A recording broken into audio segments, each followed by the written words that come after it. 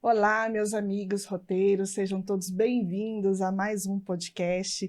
Meu nome é Narciane Bertolassini, sou psicóloga na Transportadora Garbuio. Para curtir este episódio e os outros que nós já gravamos, vocês podem curtir nas nossas páginas das redes sociais, nosso canal do YouTube, no Spotify, no Instagram. Acompanha lá, dá seu like, acompanha as nossas novidades que todos os dias a gente vai colocando e surgiram também, né, alguns episódios aí que caso tenha algum assunto interessante que vocês queiram que a gente trate aqui, pode deixar lá também seu comentário com essa sugestão. Hoje nós vamos tratar de um assunto de extrema importância para todos os colaboradores, mas nós vamos tentar focar um pouquinho na questão da saúde ocupacional do motorista. Hoje nós vamos falar da medicina ocupacional como aliada na prevenção da saúde dos colaboradores, principalmente do motorista que fica aí em rota, né? De vocês, meus amigos aí que estão nas estradas, transportando, levando todo o material que a gente precisa. Para falar sobre esse tema, hoje nós temos duas convidadas. Acho que é a primeira vez que a gente vai ter duas convidadas aqui hoje. Vai ser a doutora Fabiana Ginel, que é nossa médica do trabalho, parceira, né, da Clínica Apta, lá de Paulínia, e a psicóloga Yasmin Navarro. Meninas, sejam bem-vindas ao nosso podcast, aproveitem esse espaço aí, espero que a gente consiga tirar todas as dúvidas, ou o máximo de dúvidas que a gente puder, né, dos nossos colaboradores.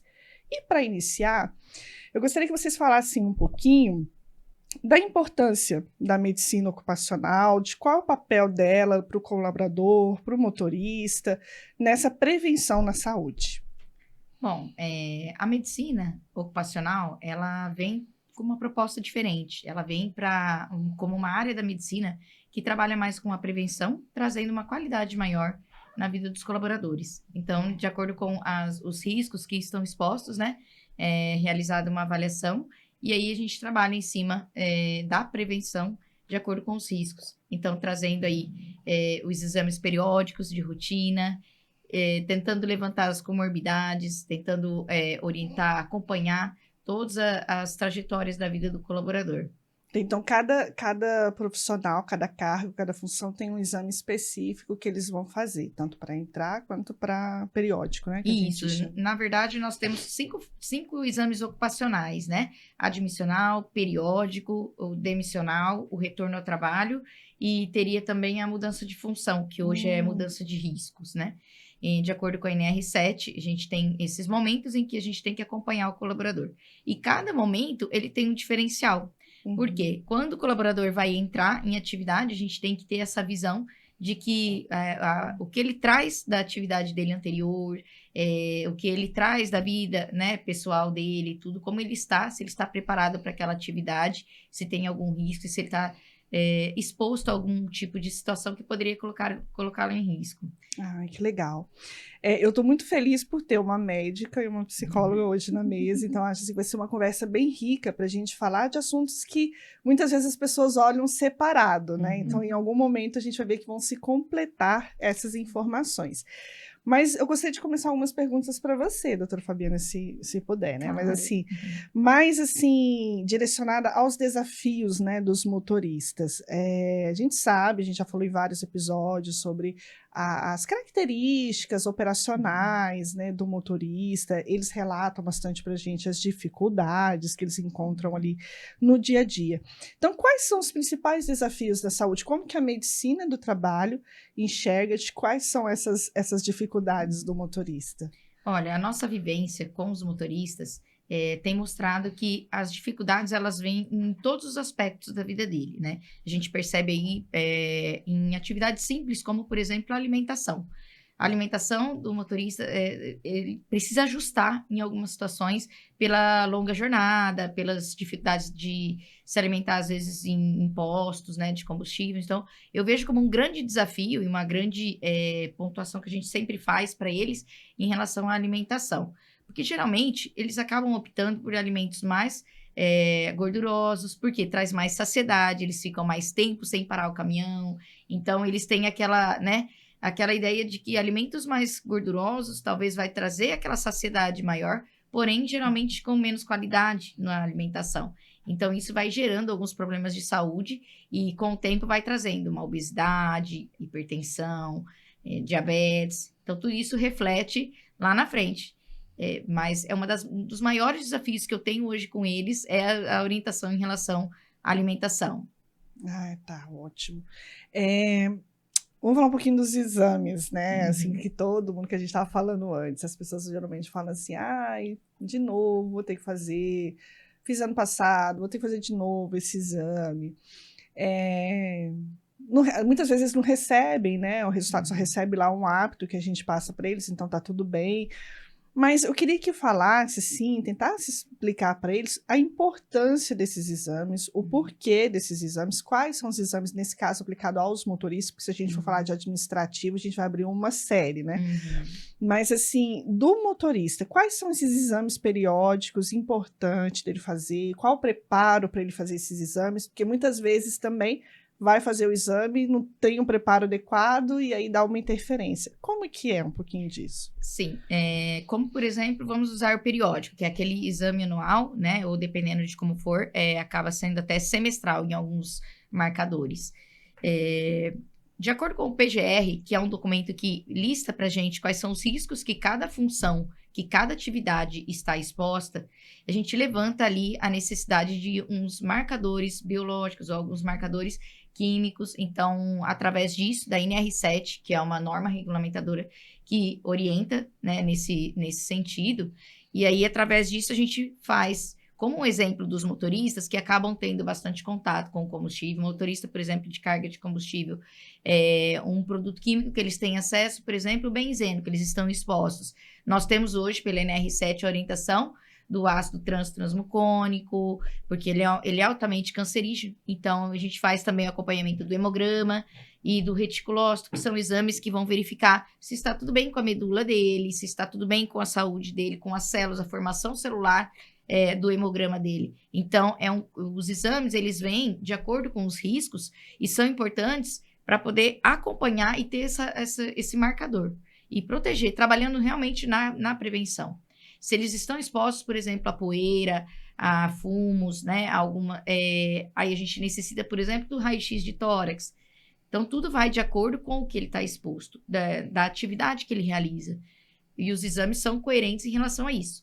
Já aconteceu, por exemplo, de levantarmos algumas alterações que, de primeiro momento, você relaciona com a atividade e às vezes não teve. Foi algo que a pessoa acabou tendo até fora da atividade algum contato. Mas não é o comum. O comum é quando você tem aí um biomarcador. Se ocorrer alguma alteração, a gente tem que trabalhar com a prevenção. Então, a gente tira ele do contato com aquele produto químico até normalizar e entender o que aconteceu. Então, os exames são de acordo com os riscos que eles estão expostos. E a importância de ser anual é exatamente para fazer esse acompanhamento, ou até semestral, dependendo do produto. Nossa, que interessante, tá vendo, gente? Vocês ficam achando que, né, só mais exame. Não. Então, presta atenção aí, muito Existe cuidado. um porquê de cada exame ali, né? Existe uma norma, uma normativa em cima de tudo isso, que orienta a gente, que faz com que a gente consiga fazer um acompanhamento de saúde mais adequado, né? Já pegamos, por exemplo, em exame periódico, que tem o exame clínico, hipertensão várias vezes, né? Então, a gente orienta, olha, vamos fazer os exames, vamos acompanhar essa pressão. Diabetes é bastante comum também, uma glicemia que começa a alterar, quando a gente vai ver, já está necessitando, às vezes, até de insulina, num próximo periódico, se você não cuidar. Só fazer uma pergunta adicional nesse sentido. Quando a gente pede para o motorista ir fazer o exame, seja ele o admissional ou o periódico, muitas vezes eles já sabem que tem hipertensão ou tem diabetes, uma pré-diabetes, alguma coisa assim. Como que eles devem se preparar para esse exame? Porque muitas vezes acontece, né, de falarem, por exemplo, que estão em jejum e não estão, e aí dá interferência no exame. Só para a gente deixar claro para eles, para entender a seriedade desse preparo, para não dar nenhum preparo, ele é impacto. fundamental, porque se não tem um preparo adequado, acaba saindo muito para nós do parâmetro real da vida daquele colaborador. Um exemplo bem típico também, não tomei remédio da pressão hoje, porque eu vim para coletar os exames. E aí a pressão, lógico, que começa a alterar. Então, esse tipo de situação a gente pega bem. Então, as orientações seriam vida normal, tá? Lógico, em jejum de 8 a 10 horas, isso a gente pede, tá? Então, a partir das 10, 11 horas da noite do dia anterior já tentar manter o jejum. Só que o remédio de rotina e o remédio da pressão, esse pode manter, tá? Ai, Então, as medicações contínuas são importantes manter, tá? Mas o jejum, se você tiver glicemia ali, como às vezes o colaborador não sabe diferenciar qual que tem que estar em jejum ou não, a gente pede no geral para ir em jejum quando tem exames. Mas a glicemia, que é ou colesterol total e frações, são exames mais específicos que precisa de um certo cuidado, de um certo jejum, senão vai alterar, tá? A função hepática também, que é o TGO, TGP, gama-GT, se a pessoa tiver acabado de se alimentar, ter ingerido alimentos gordurosos, vai alterar totalmente o resultado, né? Então, não vai ser um resultado adequado para a gente ter uma ideia de como está realmente a saúde do colaborador. Às vezes, numa admissão até impacta, né? A pessoa recebe lá um inapto, ou fica retido o exame até levar, sendo que Às vezes não poderia... precisava disso, É. né? Às vezes não é o real. Porque quando você está em jejum, se você tem uma glicemia de 80 a 100, 110, de 70 a 110, né? É uma glicemia que a gente fala que é normal em jejum. E se você se alimenta acima de 140, você também está numa, né, adequada, se não é em jejum. Mas em jejum, acima de 126, a gente já começa a se preocupar. Então, principalmente no motorista, realmente, se não estiver em jejum e estiver acima de um nível que a gente entenda que é um nível de segurança, a gente acaba barrando. Ah, entendi. Bom, agora mais um assunto polêmico, jornada de trabalho. Se você quiser falar alguma coisa dessa parte também, né? Como que a longa jornada de trabalho, as horas no volante, impactam nessa saúde física? Eu sei que a gente já falou em vários episódios sobre isso, mas ouvindo o médico falar, não desmerecendo os outros profissionais, mas é um olhar bem assim específico, fisiológico mesmo. Então, quais são as recomendações para minimizar esses impactos? Ou seja, quais são os impactos e quais seriam essas recomendações? Bom, o impacto em uma longa jornada de trabalho no organismo é no corpo como um todo, tá? Então, você acaba impactando quando você tem uma atividade com uma jornada muito grande em todo o seu organismo. Começando, por exemplo, com a parte do sedentarismo, né? Você acaba não realizando uma atividade física, né? Uma longa jornada sentado, que é o caso dos motoristas, né? Então, você ali começa com problemas ergonômicos, você começa com problemas metabólicos, e o sedentarismo acaba contribuindo muito para isso. Então, o que a gente sugere no caso do sedentarismo? Pelo menos de 2 a 3 vezes por semana, em momentos diferentes, pelo menos 40 minutos de atividade, tá? Uma atividade que te dê prazer. Então, algumas pessoas preferem uma caminhada, outras pessoas preferem uma natação, um futebol. Tem que ser algo que você também se sinta bem, confortável em estar realizando, em momentos diferentes, mas no mínimo 2 vezes por semana. Isso traz um benefício cardiovascular muito importante, trazendo uma sobrevida para você com qualidade lá na frente, tá? No primeiro momento, com 20, 30 anos, talvez vocês não percebam isso, mas lá na frente isso vai fazer uma total diferença. Outro impacto seria na parte alimentar, como eu já até iniciei falando, né? Mas alguns distúrbios, como além da obesidade, bulimia, anorexia, também pode ocorrer. Então, longas jornadas acabam trazendo distúrbios bem importantes. Distúrbios do sono, aquelas pessoas que têm dificuldade na indução do sono, de induzir, então ela fica extremamente agitada, né, numa longa jornada, libera muito hormônio, né? Então você acaba ficando com dificuldade mesmo na indução ou na manutenção do sono, que é aquele que você fica acordando a noite toda, né? Dorme picadinho, que a gente fala, né? Então são distúrbios que são muito importantes, refletem muito na vida diária do colaborador.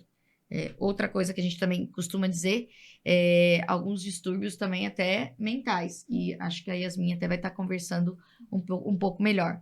Ansiedade, né, acaba trazendo o burnout. Sim. Então, tem vários fatores aí que acabam influenciando, sim, quando se trata de longas jornadas. E aí, você falando do sono, né? A medicina do sono é algo que no transporte tem tido uma evolução, ainda bem, né? Enorme, assim. Eu acho que finalmente a gente chegou no momento, assim, de falar e tratar sobre isso, né? Então, inclusive, a APTA é uma parceira nossa na questão da torre, né? Do controle da fadiga, no caso. E a medicina do sono entra nessa questão.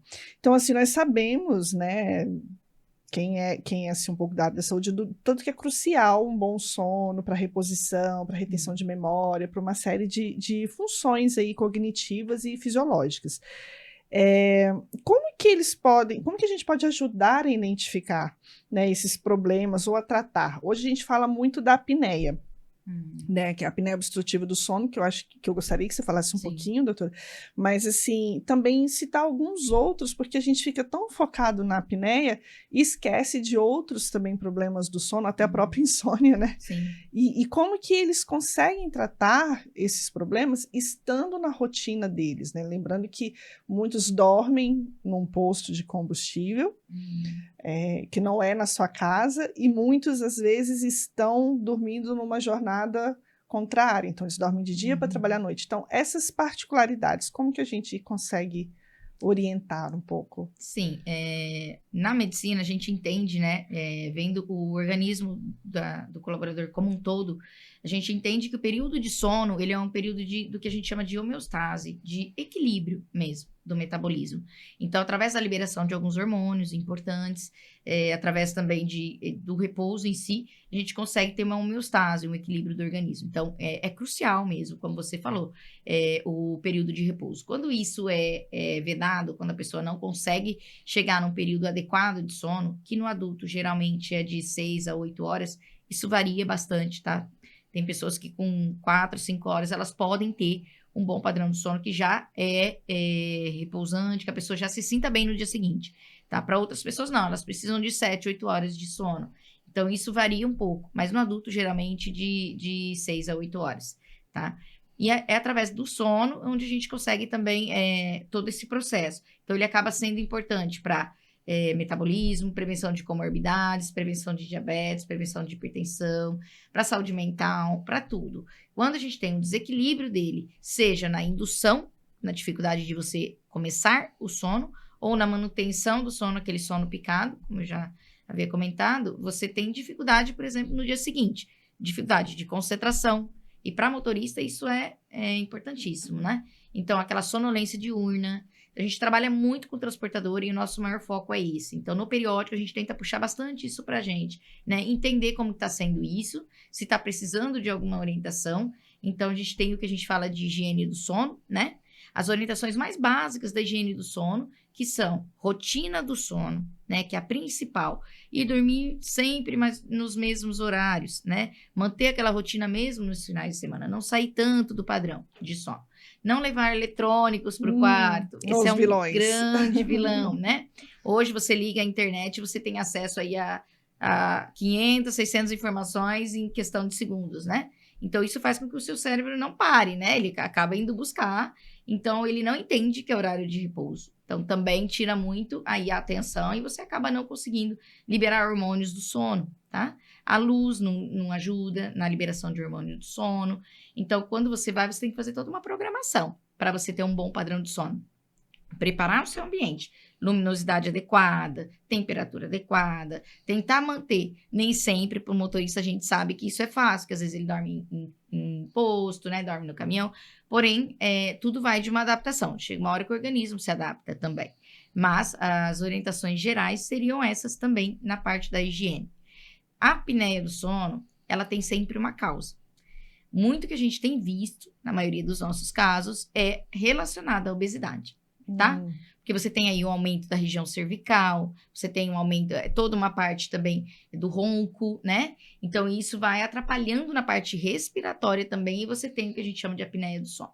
Então, por isso que ali, no nosso acompanhamento dos colaboradores, a gente costuma encaminhar pro otorrino, onde ele vai fazer toda essa avaliação, vai fazer alguns exames específicos, como a polissonografia, entender qual momento que ele está com mais dificuldade, qual o tipo de distúrbio de sono daquele colaborador, e ver que forma que ele pode adequar. Se vai ser com CPAP, né, algum aparelho que vai ajudar, qual forma mais adequada. Tá? Então, essa é a parte mais da apneia. Mas, como você falou, temos várias outras dificuldades no sono aí. Legal. Aí a gente já meio que vai pular um pouquinho para a parte, né, que a minha doutora falou, que afeta um pouco a questão mental, né? Então, mas não sei se você já viu, a gente fez também alguns episódios sobre ansiedade, falamos um pouco sobre estresse, mas quando a gente fala, Yasmin, de motorista, parece que, por incrível que pareça, faz bastante tempo, há mais de 10 anos que eu trabalho no transporte, e eles aceitam muito bem a psicologia, né? Então a gente tem ganho um espaço Sim. nesse sentido para trabalhar não só a psicologia do trânsito, né? Mas assim, a atuação de fato da saúde mental com esses profissionais. Como que as demandas, né, da profissão do motorista pode afetar essa saúde mental? A gente fala bastante do estresse, mas existem outros fatores também que a gente sabe que geram esse estresse. Quais são esses fatores? Como que afeta na sua visão, assim, como que é? Bom, primeiro que o motorista, ele tem uma profissão que é um tanto quanto solitária, né? Então, assim, eles passam muito tempo fora de casa, longe de familiar, dos amigos, e isso pode trazer essa sensação até de solidão, de isolamento. Então, vai afetar a saúde mental. Outra questão relacionada à demanda também desse trabalho do motorista é justamente a segurança nas estradas e os riscos de acidente. Uma coisa que eu escuto muito, assim, deles é o medo na hora de dormir. Então, assim, dependendo do lugar que eles estão... Medo de assalto, Sim, seria, né? isso. Então, assim, tem esse receio, gera essa insegurança, né? E essa profissão, ela por si só, exige muita responsabilidade, né? Exige muito compromisso, existe uma pressão em cima dos motoristas. Então, aí que gera esse estresse e essa ansiedade. Então, todas essas questões vão impactar na saúde mental deles. Ah, entendi. No pós-pandemia, eu acho que as duas até podem responder. No pós-pandemia, teve um aumento, isso é fato, né, da questão dos problemas mentais, da demanda, né, da saúde mental. Eu já falei nisso até num outro episódio, mas assim, a gente vê também que existe... Não sei se é uma facilidade, mas assim, um autodiagnóstico também muito presente, né? Então a gente recebe tanto aquelas pessoas que de fato estão, como aquelas pessoas que parece que são tão assim temerosas que se diagnosticam com algum tipo de transtorno mental através de informações que tiram insights. Como que a gente pode dar assim, sinais de alerta para as pessoas, para os motoristas que estão nessas condições que você falou, de que ele fala assim, opa, isso não é uma bobeira, nem é um autodiagnóstico, eu acho que realmente eu preciso procurar uma ajuda de um especialista. Quem que ele procura, como que é, quais são esses fatores, quais esses alertas que eles podem falar assim, opa, acendeu a luzinha aqui, deixa eu ir. Bom, o nosso corpo, o nosso organismo, ele vai dar sinais quando alguma coisa não tá bem, quando alguma coisa tá indo mal, né? Então, quais seriam esses sinais? Por exemplo, a fadiga, sensação de tristeza, de preocupação, de tensão, irritabilidade, alteração no padrão do sono, alteração no apetite, dificuldade para pensar com clareza, a prática do isolamento social, então se afastar dos amigos, se afastar dos familiares, todos esses são sinais. Mas eles precisam ser olhados com atenção quando ele ganha uma certa frequência, assim, quando tem uma certa constância. Então, quando a gente percebe que algum desses sinais, mais de um deles, né, estão acontecendo com uma certa frequência ali no nosso dia a dia, na nossa rotina, é um sinal de alerta. Então, a gente precisa procurar ajuda. E aí, a gente pode procurar ajuda médica ou ajuda psicológica mesmo. Ah, legal. E assim, o papel da família é essencial também, né? Porque muitas vezes eles são os primeiros a perceber esses sintomas. Eu falo porque assim, a gente às vezes pontua para as pessoas, né? E elas falam assim, que não é assim, né? Mas depois vai ver que realmente, né, tá daquele jeito. Sim. E a questão assim do manejo do estresse, porque o trânsito é estressante. Isso a gente sabe que é um fator, né, para qualquer motorista, ainda mais para o motorista profissional que está ali inserido, né, que nem você mesmo falou, a própria questão do acidente, né, a atenção que eles têm que ter. Como que eles podem ter ali de estratégias, de técnica para não passar do estresse natural que existe para o patológico? Como que eles podem ter ali de estratégias para cuidar disso, para manejar esse indicador, vamos dizer assim? Bom, existem alguns hábitos, algumas atividades ali que a gente pode incluir no dia a dia. Então, eles podem tentar incluir na rotina. A Fabi até comentou alguns desses hábitos. E quais seriam eles, então? Primeiro, tentar manter uma alimentação um pouquinho mais equilibrada. Então, dar preferência para alimentos menos gordurosos, se hidratar. Tudo isso é muito importante e vai fazer diferença, vai trazer benefícios. Outra questão é a atividade física. A atividade física, ela tem inúmeros benefícios e um deles, inclusive, é reduzir o estresse. Então, por isso que é importante fazer. Como a gente conversou aqui, às vezes nesse contexto, né, o motorista ele pode estar num lugar que não dá para fazer muito bem uma atividade física, mas uma caminhada, um alongamento já é importante. Então, além desses, tem mais benefícios. A atividade física vai melhorar o padrão do sono, vai regular o hormônio. Então, é muito interessante incluir na rotina também. Outra técnica seria a higiene do sono, que a Fabi trouxe aqui também.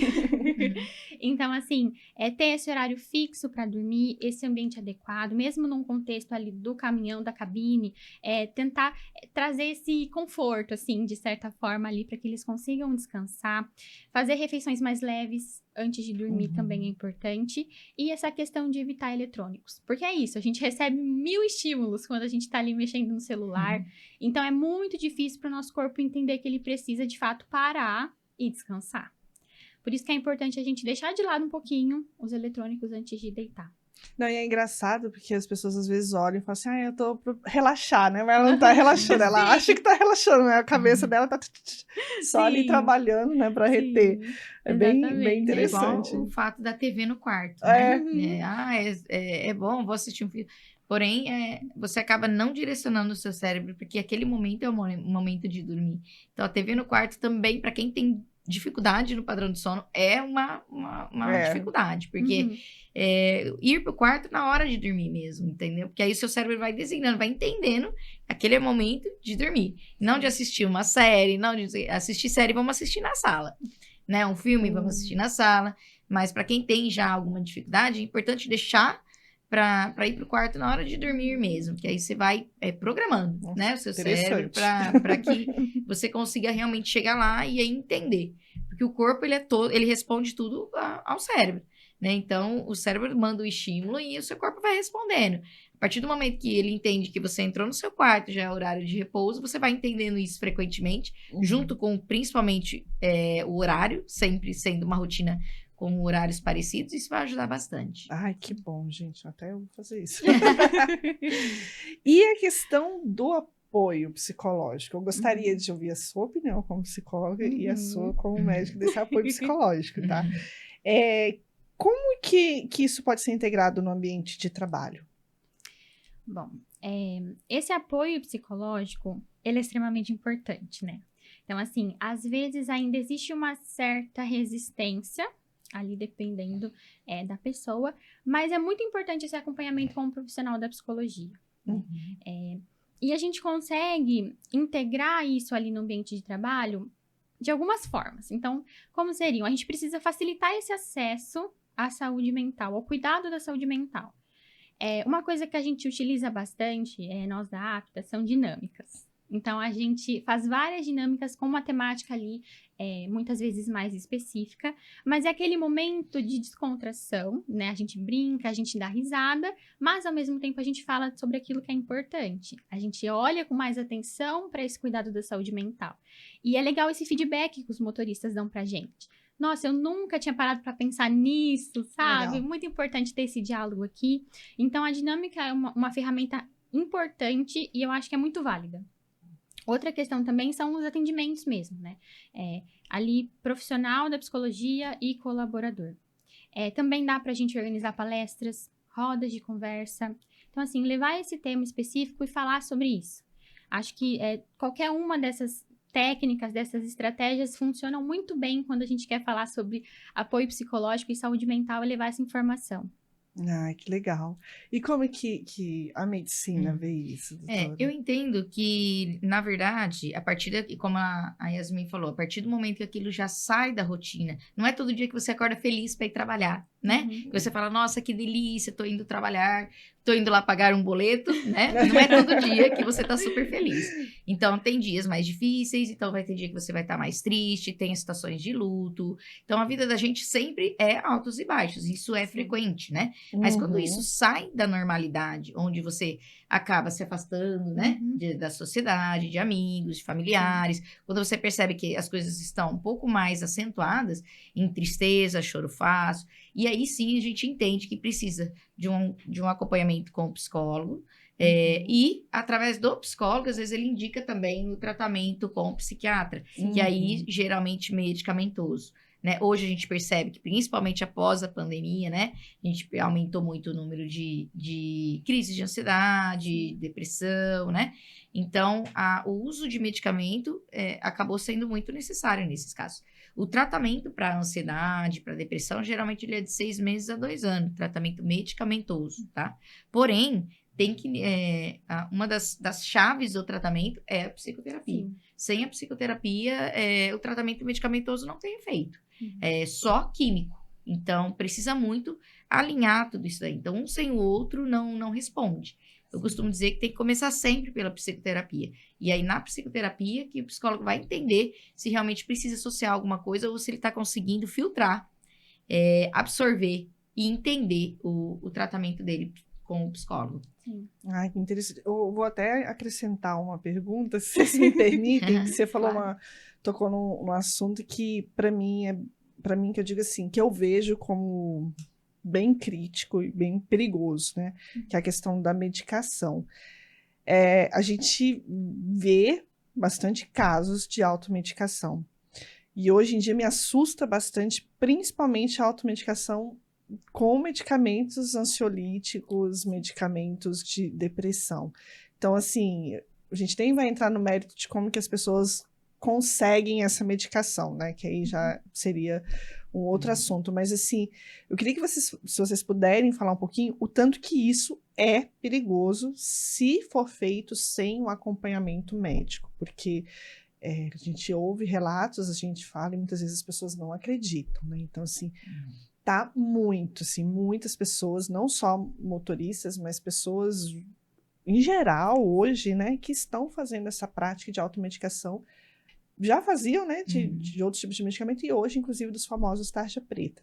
Vocês podem falar um pouquinho disso, só para a gente tentar levar à luz essas pessoas, o tanto que isso é perigoso, sem o acompanhamento de um médico e de uma terapia, no caso dessas patologias? Sim. Claro. A gente vê isso está bem comum, né? Sim. Yasmin? Eu acho que assim, a Yasmin a gente trabalha junto e ela faz a telemedicina, geralmente ela faz mais esse primeiro contato com o colaborador, às vezes mais do que eu. Então, sempre a gente acaba discutindo em relação à medicação. Já teve casos, por exemplo, do colaborador contar para ela e não contar para mim. Sim, acontece. Né? Do uso de medicação. Então, exatamente por isso, porque não tem uma indicação. Quando o médico ele vai prescrever uma medicação, ele tem essa percepção da função, do que o colaborador faz para trabalhar. Então, por exemplo, um tarja preta, né? um ansiolítico aí com controle, ele, dependendo da medicação, ele não pode conduzir, pelo menos no primeiro mês, até o organismo se adaptar, porque ele tem efeitos colaterais de sistema nervoso central que podem alterar a percepção de espaço, pode alterar a percepção de tempo, então ele não consegue distinguir. Então ele não vai ver, ele não vai ter um reflexo tão rápido se ele precisar tirar um caminhão, né, para evitar algum acidente, em alguma situação como essa. Então, preocupa muito mesmo. A gente tem visto cada vez maior o número de colaboradores em uso de medicação, e a gente percebe que, com o tempo, algumas medicações para ansiedade, a gente consegue adequar com a atividade. Então, não é porque, eu sou motorista, eu não posso tomar nenhum remédio. Eles têm muito medo de contar isso pra gente por conta disso, sabe? Que a gente vai restringir algumas coisas ou vai ter que tomar algum cuidado. Não, às vezes é só o primeiro momento que a gente vai ter que acompanhar. Primeiro mês, segundo mês, entendeu? O organismo se adaptou, não tem sonolência diurna, né? O psiquiatra tá ciente da função dele, liberou, também entende que dá, né? E a gente, como médico do trabalho, vendo ali que no dia a dia ele está conseguindo realizar, ele está apto para as atividades. Então, nem sempre a gente precisa restringir, mas o cuidado, principalmente no início do tratamento, na troca de medicamento ou no aumento de doses, isso tem que ser notificado ao médico do trabalho. porque a gente precisa acompanhar esse processo, entendeu? Isso que ainda às vezes não ocorre. Às vezes a gente leva alguns sustos, né? Sim. Durante o periódico, que, o uso de medicação, eu tô tomando clonazepam, tô tomando, né? Não, o médico do posto me passou. Ele sabe da sua profissão? Eu não contei, não. Então, Eu não contei. Eu nem lembrei, ele não perguntou. Então, mas assim, a gente sabe que geralmente nós médicos tomamos esse cuidado antes de passar uma medicação que a gente sabe que pode ter efeito colateral, né? Porém, nem sempre a gente tem essa troca com o paciente. Então, é muito importante. Qualquer medicamento diferente que o colaborador vai realizar, qualquer tratamento, qualquer medicação, é importante notificar a medicina do trabalho. Isso é muito difícil acontecer, mas hoje, com a aproximação, né, de algumas empresas que a gente está tendo, a gente está conseguindo ter esse padrão, né? Já teve paciente que procurou a gente para falar, viu, comecei a tomar tal remédio, pode, né, doutora? Então, isso é gostoso, porque é uma troca onde você vai avaliar e falar, não, vou fazer o seguinte, vou te deixar uma semana, né, em atividade aqui comigo, você vai ficar no pátio, ou você vai fazer uma atividade compatível durante uma semana para a gente ir vendo como vai ser. Teve sonolência? Não, teve. Não, agora tudo bem. Então, tudo isso dá para a gente alinhar, dá para a gente ajustar junto com a empresa. Ai, que importante, né? Porque é uma questão que preocupa bastante, né? Imagino.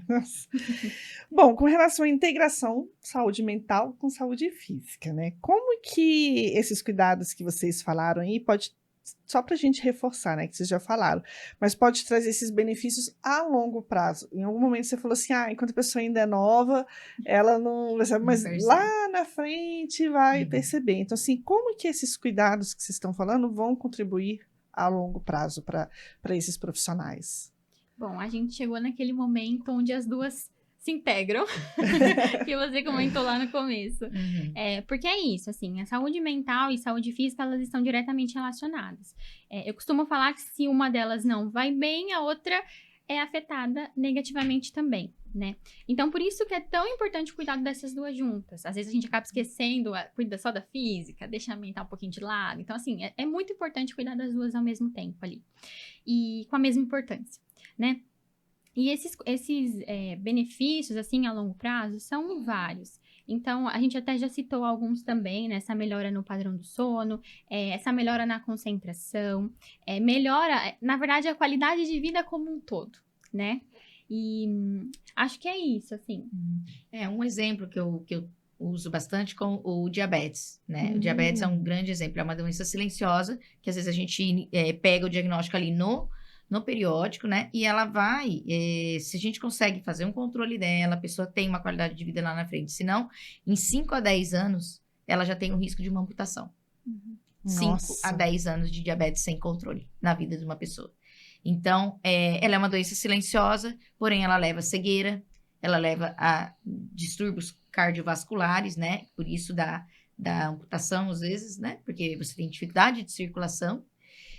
Leva a problemas renais importantes, então a gente vê aí, já tem motoristas com problemas já com insuficiência renal, então por isso a importância também desse autocuidado, vai refletir lá na frente na qualidade de vida. Depende da qualidade de vida que você quer ter lá na frente, porque vai chegar a hora que você, por exemplo, que é para você ter uma estrutura de vida um pouco mais adequada, conseguir ter a sua família mais próxima, né? Chega uma hora de você conseguir viver um pouquinho mais, e aí você tá com uma patologia descompensada. Então, o que a gente tenta trazer de qualidade na medicina ocupacional é para você chegar nessa fase com qualidade. Porque um risco de um AVC, de você depois ficar numa cama, de você trazer problemas aí, né? Seus familiares tendo que cuidar de você, e às vezes poderia ser evitado com um comprimido, né? Com uma pressão adequada. E com um diabetes aí compensado, você evitaria uma diálise lá na frente, né? Ficar numa máquina. Então, é dessa maneira que eu vejo que você que você consegue alinhar, né? A nossa saúde, ela é como se fosse um tripé mesmo, saúde física, mental e social. Então, a gente precisa manter esses três. Sim. A gente precisa ter um controle. Sempre um vai estar um pouquinho mais baixo, né? Vai estar capengando ali, vai ter momentos um pouco mais difíceis no físico, vai ter momentos mais difíceis no emocional, alguns também no social, às vezes está desempregado, às vezes, né, teve algum problema de saúde na família. Porém, a gente tem que ter equilíbrio entre esses três. que aí sim você tem qualidade. Você está falando, eu estou pensando assim, né? A gente tem a certeza de que a conta vai chegar, seja baixa, seja alta, em algum momento ela vai chegar, né? Então, a gente entende toda a dificuldade que existe para qualquer um hoje em dia ter, né, esse equilíbrio, mas você tem que buscar, acho que é o compromisso de cada um com o seu bem mais precioso, né? Porque um dia lá na frente, e a gente percebe isso, né, dos 30 para os 40, para os 50, então se você vai vendo essa necessidade dos cuidados que você tinha que ter tido, né? Então fica a dica aí para todo mundo desses cuidados, as recomendações, né, que vocês passaram para a gente. Tem alguma prática mais que vocês gostariam de falar assim, que talvez daria para o motorista fazer dentro da rotina dele, além das que vocês falaram? Ou que se recorda agora, não, sim. Gostaria só de frisar que aqueles 40 minutinhos são muito importantes. 2 vezes por semana. Seja de um alongamento, Sim. seja de uma caminhadinha. Eu acho que isso é uma das coisas mais importantes, né? De sair desse sedentarismo e junto com uma alimentação um pouco mais adequada, isso vai trazer uma qualidade, com certeza. Ai, que bom. Obrigada, viu, doutor? E assim, gostaria de agradecer vocês, né? É importante a gente falar sobre, eu acho que a medicina ocupacional ela tem um papel essencial para a empresa, para o colaborador. Eu estou falando tanto como empresa como colaboradora, né? Assim, eu acho que é uma coisa assim, que muitas vezes as pessoas não fazem o uso que deveriam, não levam com a seriedade que deveriam, porque ela tem todo um embasamento que muitas vezes foge do conhecimento dos colaboradores, né? Então, assim, eu gostaria muito, de verdade, agradecer vocês duas por terem vindo e ter passado esse recado para o pessoal. Fica o convite para vocês, quando quiserem falar de algum assunto específico também, né? O canal está aberto para falar. E se vocês têm alguma mensagem, né, a mais para passar para a gente, alguma coisa assim que vocês queiram falar, que a gente esqueceu de falar. Bom, acho que para finalizar, assim, só lembrar que a gente sabe que a profissão de motorista é uma profissão extremamente importante, né? E por isso que a gente frisa tanto esse cuidado. Eles precisam se cuidar, precisam estar bem para poder trabalhar com segurança, para poder ter qualidade de vida. Então, pratiquem o autocuidado, se cuidem, se olhem com atenção, sabe? Tanto para realmente ter mais qualidade de vida, mas para trabalhar com segurança também. E acho que é isso, foi um prazer estar aqui hoje com você. Que bom, obrigada. Gostaria de agradecer também Obrigada, pelo convite e dizer que a APTA está à disposição de vocês também. Estamos muito felizes com o convite. Obrigada, gente. E para vocês, meus amigos roteiros, né, espero que vocês tenham curtido bastante. Tomem nota de todas essas dicas, assistam, reassistam toda vez que vocês quiserem, se vocês precisarem, sempre para pegar essas dicas aí importantíssimas. Faço minhas as palavras das duas, da Yasmin agora no final. Lembre-se sempre, né, do valor familiar de vocês. O que mais a gente quer é que vocês voltem para casa em segurança, com saúde, para curtir os filhos, os netos, a esposa, a família como um todo, e aproveitar esse momento aí que é tão precioso, estar com a família de vocês, tá bom? Obrigada, um abraço, beijo grande no coração de todo mundo e até o próximo episódio.